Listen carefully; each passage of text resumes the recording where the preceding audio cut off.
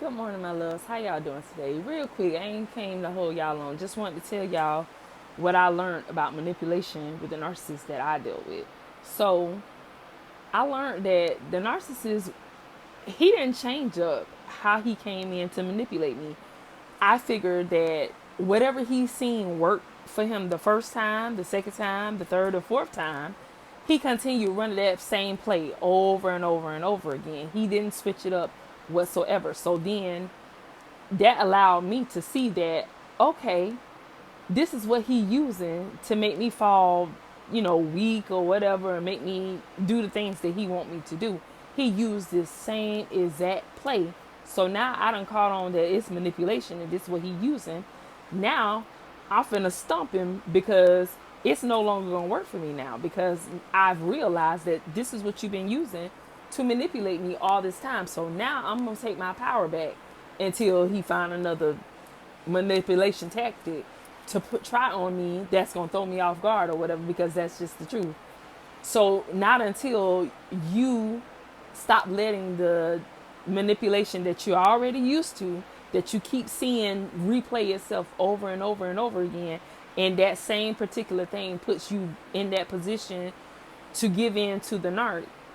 Once you put your foot down and take your power back in that area, they gonna keep running that same play over and over again. Just look at it.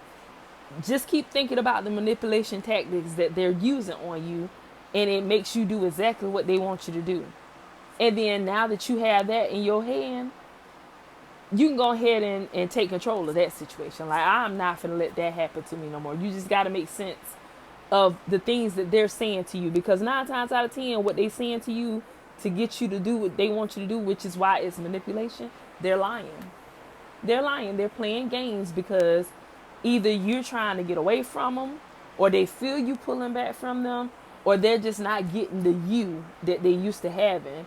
And so now they got to try to figure out some kind of way to suck you back in. And so it might even piss them off that now they got to go back to the drawing board and come up with another manipulation tactic, because this one ain't no longer working. So, you know what I'm saying? This is for the people who are not in who are still in contact with the narc, because you can shut it all down by going no contact. You know what I'm saying? But I do know that there's situations where you can't go completely no contact with the narc that you're dealing with, but you can start setting boundaries for yourself, and you don't have to put up with that. You can move on and find your own happiness. You don't have to stay in that place and be unhappy and just keep falling into the same cycles over and over again, because it's you bettering yourself. You know what I'm saying? Like I said, I understand people have different situations. Some people are married to the narc. Some people are just been with the narc for a very, very long time and don't know how to let go. Let go can be in so many ways. Let go don't have to physically be, it's not only walking away from somebody. Like, I feel like letting go, because you, like I said, you might be in a marriage or something. You can't just up and walk away from your husband like that, because y'all made vows in front of God. You know what I'm saying? So I understand that. So you got to find another way to let go of the situation so you can better yourself. Basically, you move yourself out of the situation and not letting the situation control you how it used to, so that you can be better for yourself.